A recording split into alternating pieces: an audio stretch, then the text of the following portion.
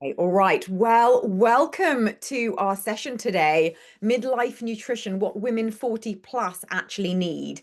And the reason I decided to do our first session on this is because it's probably one of the questions that I get asked the most. What are we supposed to eat for our changing bodies and our changing hormones? Because things do change. So let's go quickly through the agenda so we can see exactly what we're covering today. So in the next hour, we are going to look at what actually changes in your body during perimenopause. We're going to look at why outdated nutrition advice actually works to make everything worse. We're going to look at the real cause of midlife brain fog and energy crashes. We're going to look at the three biggest midlife nutrition mistakes that women don't know they're making. We're going to look at how to fuel your brain, your hormones, and your energy like a powerhouse. We're going to look at the simple daily rhythm that works to stabilize everything in your body. And we're going to look at some next steps if you want a more tailored support. And don't worry, this is not a diet talk. There's no calorie counting, there's no restriction, there's no shame. There's no beige, sugar-free, joy-sapping mantra here. Okay, this session is all about fuel, it's about power, and it's about giving you clarity on what you need to do to fuel yourself properly. So let's get started. Why is midlife nutrition different? Because it really is. So this is the first truth you need to hear. If what you're doing isn't working now, but it did before, know this, you're not failing. Your body is just changing because your biology is changing. And when your biology changes, your fueling strategy, so the way that you eat and what you eat, must change with it. Because in perimenopause, your cortisol, your stress hormone, is more reactive. Blood sugar is more sensitive. Insulin works differently. Estrogen fluctuations impact your metabolism. Your brain uses fuel differently. Your hunger cues get completely scrambled. Stress hits harder. Sleep impacts everything. So when you say, why can't I just eat the way that I used to? The answer is really pretty simple. It's because you're not 25 anymore. Your body and your hormones are different. You now need strategic fuel, not diet rules. So, what's the real problem here? Well, we're still in this diet culture that we've been taught for the last 20, 30, 40 years. Most midlife women are accidentally under-eating. They're under-fueling and they're over-restricting. And this isn't because they want to, but it's because this is exactly what they were trained to do over years and years of diet culture. Because we grew up in low-fat madness. Everything was low-fat. Everything from yogurt to drinks, it was all about low-fat. We were brought up to fear carbohydrates. There was the carb phobia is what I call it. We were terrified of carbohydrates. We were obsessed with the calories that were associated with every different type of food. We saw fasting as a personality trait. It was like, this is who I am, I fast. And it was almost symbiotic with who they were. Clean eating was a type of morality. And it was all about a shrink yourself culture. Oh, we seem to have a question. Let me just answer you. 59 now and post perimenopause. Yes, and it's still the same, Jill. It's still the same. You still Great. need to fuel Great. yourself very, very differently, sadly, from what you did. Well, actually, positively, because it's much more fun now, I promise, and we'll get to that later. Fair Um, enough. so we can't live like this because the world expects us to function like the CEO, the leader, the carer, the mother, the partner, but actually on less food than we'd probably have given a toddler. And this diet culture is impacting us negatively. This diet culture is literally wrecking our midlife physiology. It's damaging. We need to change it. So I'd love you to put in the chat now one word that would just describe what your energy is like at the moment. What is one word to describe your energy? Could be anything. Could be great, could be terrible, could be sluggish, could be chaotic, fluctuating, Amy. Yeah, that's really, really common. What else? Snap. Samantha says exactly the same. Up and down, up and down. What about you, Jill? What would you say? One word. One word. Well, yeah, up and down, but I'm diabetic, so I do low carb, you see. Okay. So, yeah. So up and down. And diverticular disease, I can't eat a lot of different things now. I got FODMAP because of I had acute diverticular disease. So, yeah, it's a bit more complex, really. It is complex, but still a lot of the framework that we'll be going through is going to be exactly the same for you. And a lot of the rules will still be the same. Great, great, great. So generally, when you ask women in midlife what their energy is like, I don't think I've ever had the answer that it's great, that they've got really high energy all the time. You do hear fluctuating, you do hear sluggish, you do hear people very tired, a lot of fogginess, a lot of just general lethargy seems to kind of creep in at this time of life. And that is often down to how we are fueling ourselves. So let's look at what is actually happening, because this is really key here. Some of the science. When your hormones shift, your metabolism shifts. So your body becomes more sensitive to blood sugar swings. It becomes more sensitive to stress and poor sleep. And it's less forgiving of things like skipping meals or relying on processed foods and refined sugars.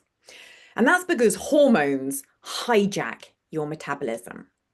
When you have falling estrogen, which we all do in midlife, it makes your body less efficient, so less good at using glucose.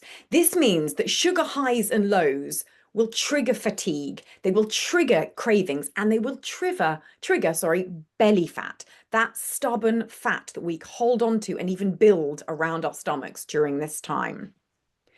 Your brain's fuel supply changes. So when you've got less estrogen in your system, you will find that the estrogen helps glucose to reach your brain. So that glucose is no longer reaching your brain, which means that you're going to get energy dips. This is going to lead to things like brain fog, forgetfulness.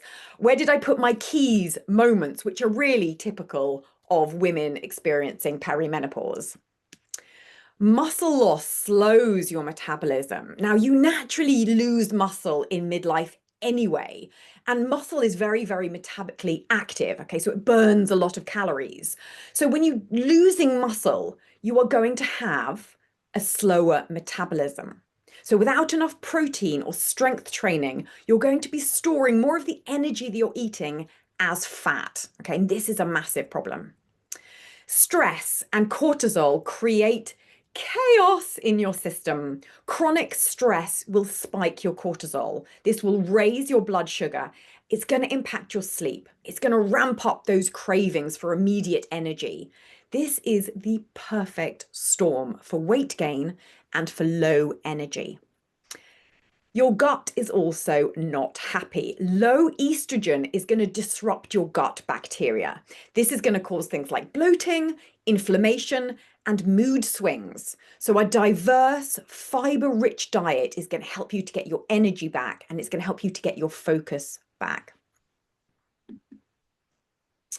So we're going to look at the top 3 nutrition mistakes that I see in my clients. The first one is skipping meals. Now, this can be done consciously or subconsciously. They're just too busy to eat sometimes, but often it's done because they're trying to lose weight. And we're going to go into why this is a massive error later on. So first one is skipping meals. The second one is not eating enough protein. I don't think I've ever come across a single midlife woman who is eating enough protein, because actually what we need to eat is considerably more than we think we need to be eating. And the third one is eating like you used to, eating like your 25-year-old self. You're not 25 anymore, and what you did at 25 is not going to work for you now. So let's look at that. So what actually happens to your body when you skip a meal? Well, your cortisol spikes. It stresses out your body. Your blood sugar crashes. your brain fog is going to triple. And you are going to start craving foods later in the day, which is going to make you much hungrier and much more likely to reach for that instant injection of calories. So you're going to want more ultra processed foods. You're going to want more refined sugars. You're going to reach for less healthy options because your body is desperate to sort itself out. Skipping meals isn't discipline, okay? It's hormonal sabotage. The second one is not eating enough protein. Now, protein, it's everywhere. I mean, if you look on Instagram, it's like high protein this, high protein that. There is a reason for it, particularly for women in midlife. It stabilizes your blood sugar. It keeps you feeling fuller for longer. It supports muscle maintenance and muscle building. It calms down those food cravings. It supports estrogen metabolism and it fuels your brain. Protein really is power. And what you think is enough usually isn't enough. Okay, so we're wanting 1 to 1.2 grams per kilogram of body weight. Now that sounds really, really confusing, but I promise you it's pretty simple maths. So I'm 56 kilograms. I just times that 56 by 1, which I think we can probably all do in our heads, or by 1.2. I would do by 1.2 because I do a lot of weight training. Okay, so it's even more important for me if I want to build muscle to eat lots of protein. So I need to be eating about 67 grams of protein a day. That's a lot. Okay, that is much more than having a piece of toast with peanut butter on and then a salad for lunch with a little bit of chicken and then, a stir fry for dinner. It's much more than that. And it is so important in menopause, particularly because proteins are needed for your body to function properly. They are the building blocks, which serve as things like structural support, biochemical catalysts. They're the foundation of hormones and your enzymes. So, what are some sources? Lean meats, fish, eggs, dairy, legumes, nuts, and seeds. Having protein at every single snack and every single meal is really important.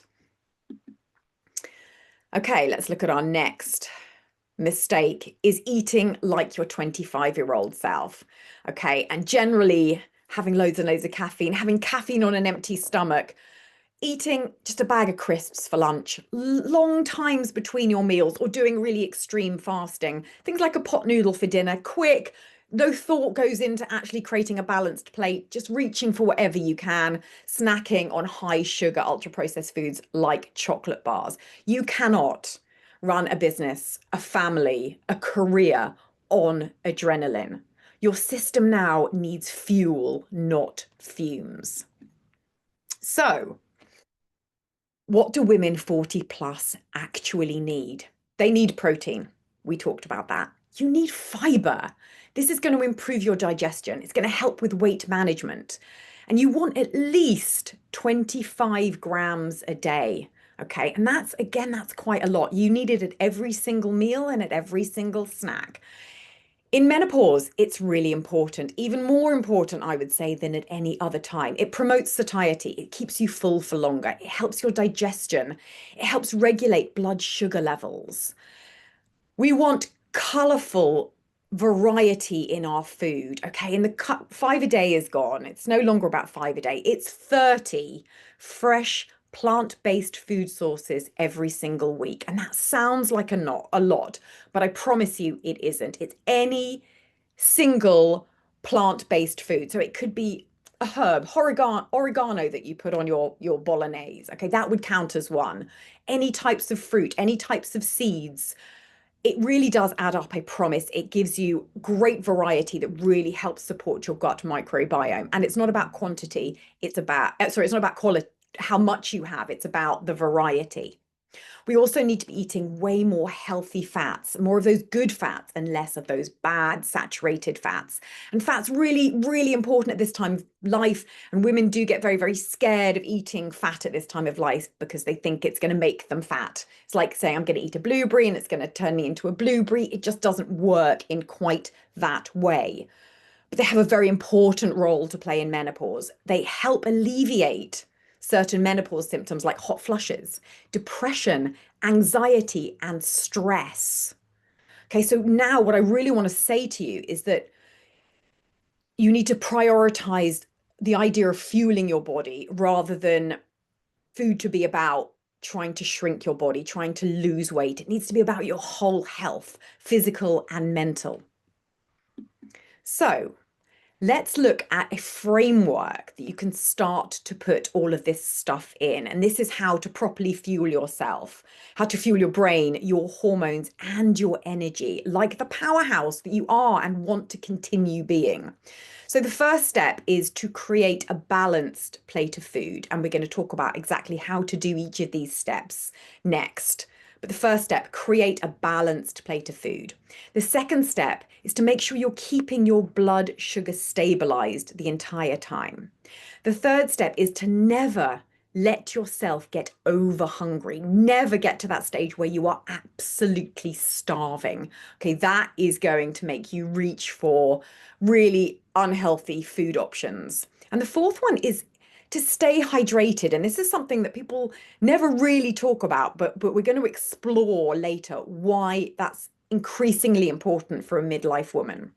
So let's start with step one of the framework. And this is how to create a plate. Okay. And this is for every meal and ideally every snack as well. So instead of just having an apple for a snack, which I'm not saying there's anything wrong with an apple, there isn't, it's brilliant, but you don't want to just have an apple because essentially it is full of sugar. Okay. And that is going to make your blood sugar spike up and it's going to make you hungrier later. So you want to make sure that you're combining these foods when you're eating them as a snack and when you're eating them as a meal to make sure that every single one has protein, it has fiber, it has color and variety, and it has some healthy fats in it. And this is not about weight, it's about your cognitive performance. So that is step one. I knew people would ask me for an example. And if you do want me to send you some recipes, I'm very happy to do that afterwards in a PDF, if that's helpful for you. So just send me a message afterwards and I can shoot a few little recipes across to you. But I wanted to give you just 2 or 3 examples of what that might look like. I think I might have a chat. Hang on. Let me just see what's someone has asked me a question. Okay, yes, please. Yes, please. Okay, absolutely fine. So I will make sure that I send those across to you later. And they're really simple. I have 4 children. I don't spend a huge amount of time cooking, but I do cook everything. And that means it's got to be quick, it's got to be healthy, it's got to be easy. And that's what I am all about. So 2 or 3 really simple examples for breakfast would be eggs with some greens, so some chard, some spinach, some rocket, and then some avocado. That is giving you everything you need. It's got your healthy fats, it's got your fiber, it's got your variety, it's got your color, it's got your protein, everything that we're looking for. Greek yogurt with berries and seeds. Okay, seeds, such powerhouses at this time of our lives, particularly flax seeds, which are a phytoestrogen. I don't really have time, we'll do a little bit later, but not really time to go into the phytoestrogens, but they really do help your body at this time of life. And their fiber, their color, the berries are giving you fiber again, they're giving you antioxidants. The Greek yogurt is giving you the healthy fat, it's giving you the protein. Okay, beautiful option. A protein shake. I'm passionate about protein shakes. Throwing in the protein powder, you've got to be careful with which protein powder you eat because a lot of them are filled with fillers and stuff, which is not great for you. So you want to make sure you're going for a really clean protein source, but then adding, spinach to that, adding your nuts and seeds, your chia, adding hemp seeds, adding some coconut water for electrolytes. Again, we're going to talk about electrolytes later, adding, all of those things. And you can get a huge number of things into a protein shake and it still tastes really nice. And that's just done out of the way. You've included, 6 or 7 things into that protein shake. So that's a really easy snack or breakfast. Lunch, a chicken or a tofu bowl, lentil soup and salad, salmon with some quinoa and some greens. Just always thinking about ticking off the protein, the healthy fats, the fiber, the variety. Dinner, protein with some vegetables and some kind of slow carb, like a brown rice or a quinoa or something like that, a stir fry. Tray bakes are brilliant, throwing everything into a tray, putting it in the oven, and it all comes out very easy to clean up. A beautiful option for a dinner. Snacks, a protein and fiber option. If you are having your apple, have it with some nuts, have it with a baby bell, have it with some nut butter, hummus and carrots. These things, they're so easy actually to put together and to have, but they're actually going to tick all the boxes for what your body actually needs. This isn't about clean eating. It really is about thinking about yourself as a Lamborghini, right? And how do you fuel that Lamborghini for best performance? Okay, let's go into step 2. And this is about keeping your blood sugar stabilized. I'm not asking you to get a continuous glucose monitor. You don't have to go all the way out, but having an idea of making sure that what you're eating isn't shooting your blood sugar up is just a really important self-knowledge, something that's really, really important for you to know about yourself. Brain fog is often actually caused by blood sugar chaos, okay? And that's what it can be about for some people. Your brain needs consistent levels of glucose, not ups and downs. It's not about spikes. It's not about crashes. It's not about 3 o'clock coming and you being absolutely desperate for a snack.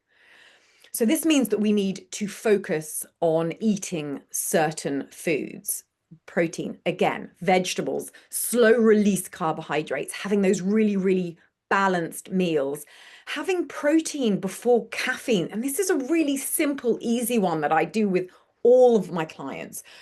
We're so used to getting up and having a coffee, but actually that is going to spike our cortisol. That is going to stress our system. I have nothing against coffee. I love a coffee. I have nothing against caffeine. It's excellent. But just make sure that you eat first before you have the caffeine. And caffeine can interfere with the body's absorption of micronutrients. This is a little bit nuanced for today's session, but make sure that if you are having vitamin tablets and things like that, that you're not having it with caffeine because it's going to stop your body from absorbing them.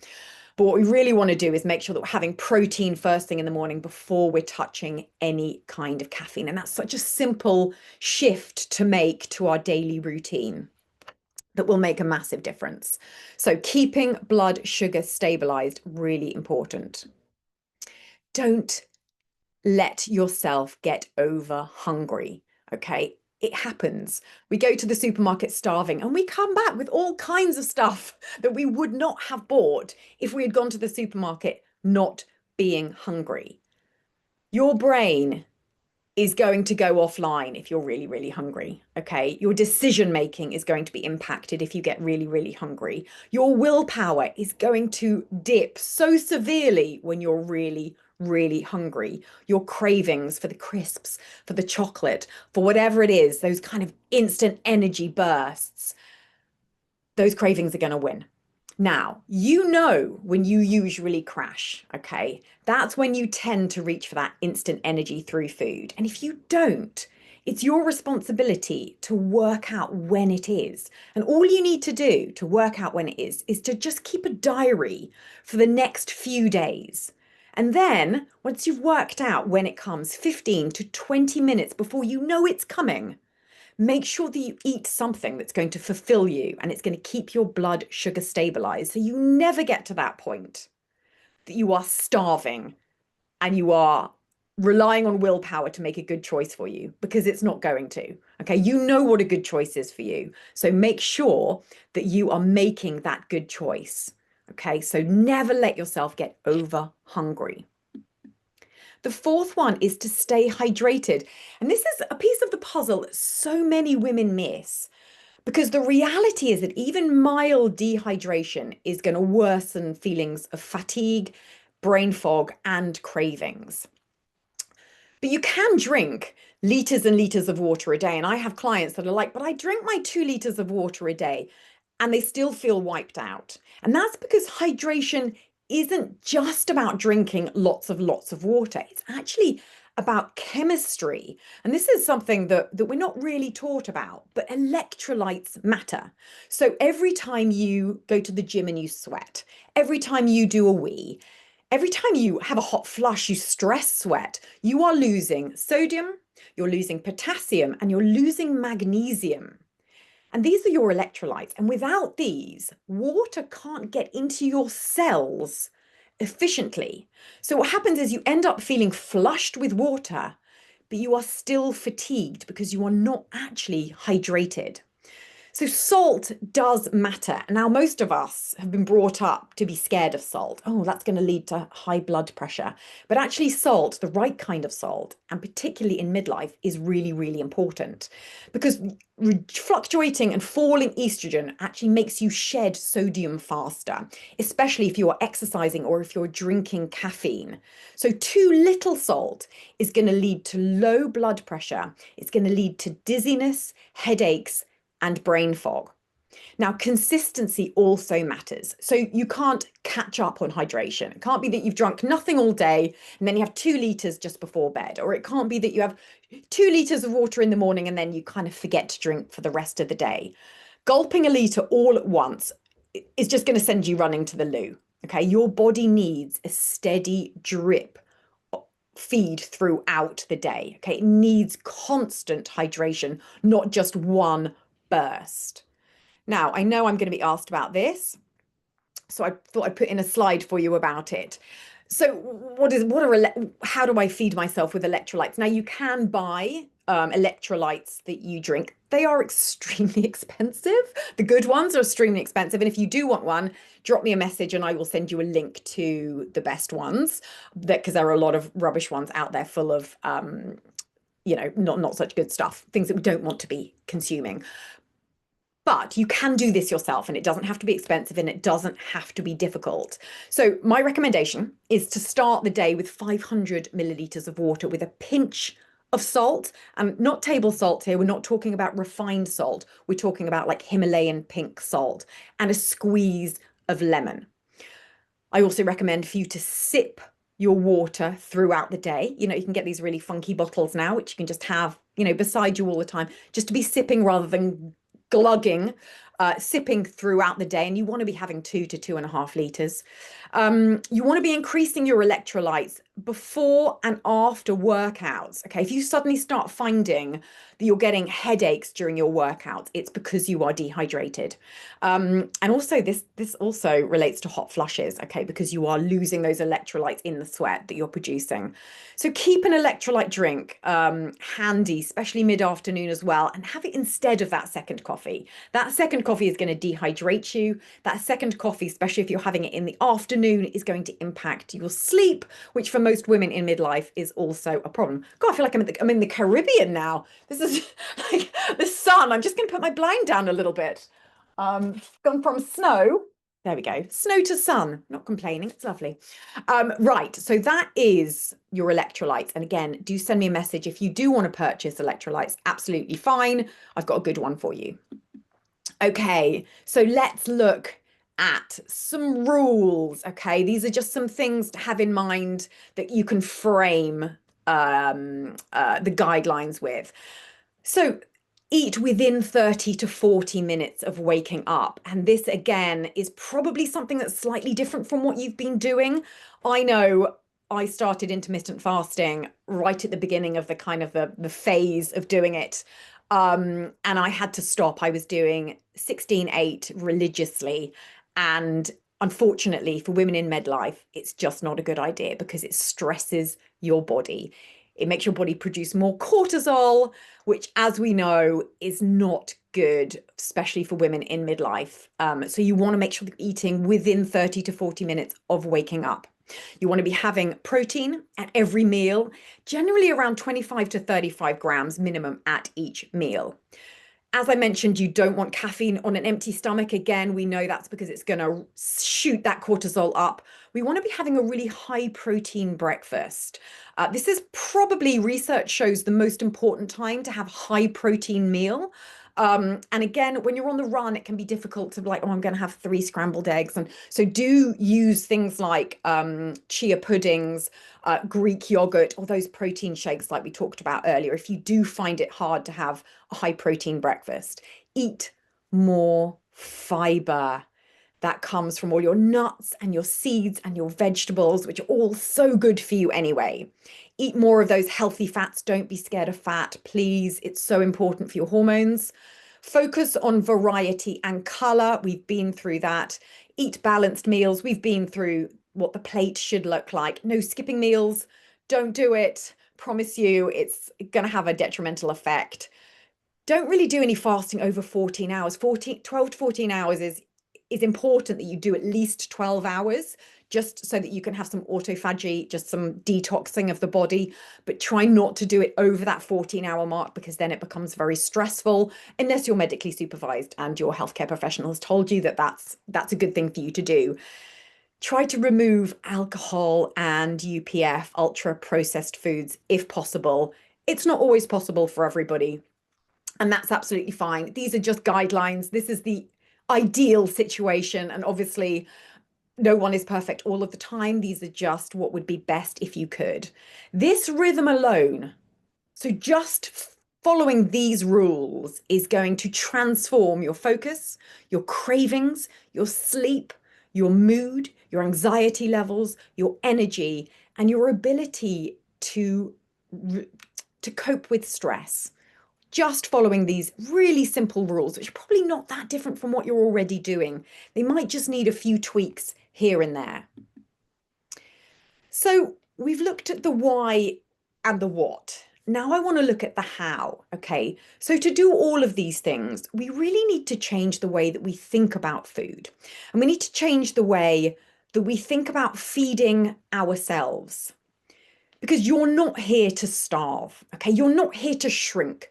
You're not here to fight with your body. You are here to fuel yourself. You're here to fuel your ambition. You're here to fuel your leadership. You're here to fuel your brilliance. Eating well isn't vanity. Eating well isn't selfish. Eating well is actually a strategy. So, before we wrap up today, if you do want to go deeper into your body, into your hormones, and into your energy patterns, I am offering a completely free brain fog clarity session with me where we can go into this in more detail. We'll look at your number one nutrition mistake. We'll look at your personal brain fog triggers. We'll build one ritual that you can use immediately that's going to start making a difference to help you get clearer, calmer, and feel back in control. And I know we can get that posted into the chat box now if that is something that you would like to do. Do we have any questions? That was a bit of a whistle-stop tour, just bearing in mind everybody's time. And obviously, I will send through to anybody who wants it some of those actual recipe ideas that we discussed earlier. But does anybody have any questions? If you do, feel free to raise your hand or put a little message in the chat. Okay, we've got one there. Let's just have a, oh, let me just escape that. And I'm just going to stop sharing my screen. There we go. All right, so we just have a little look at the chat. Here we go. Okay, so Dorcas has put in the link to the call. So do feel free to give that a click and you can choose a time that works for you. Does anybody have any questions that they would like me to answer now? Just let me know.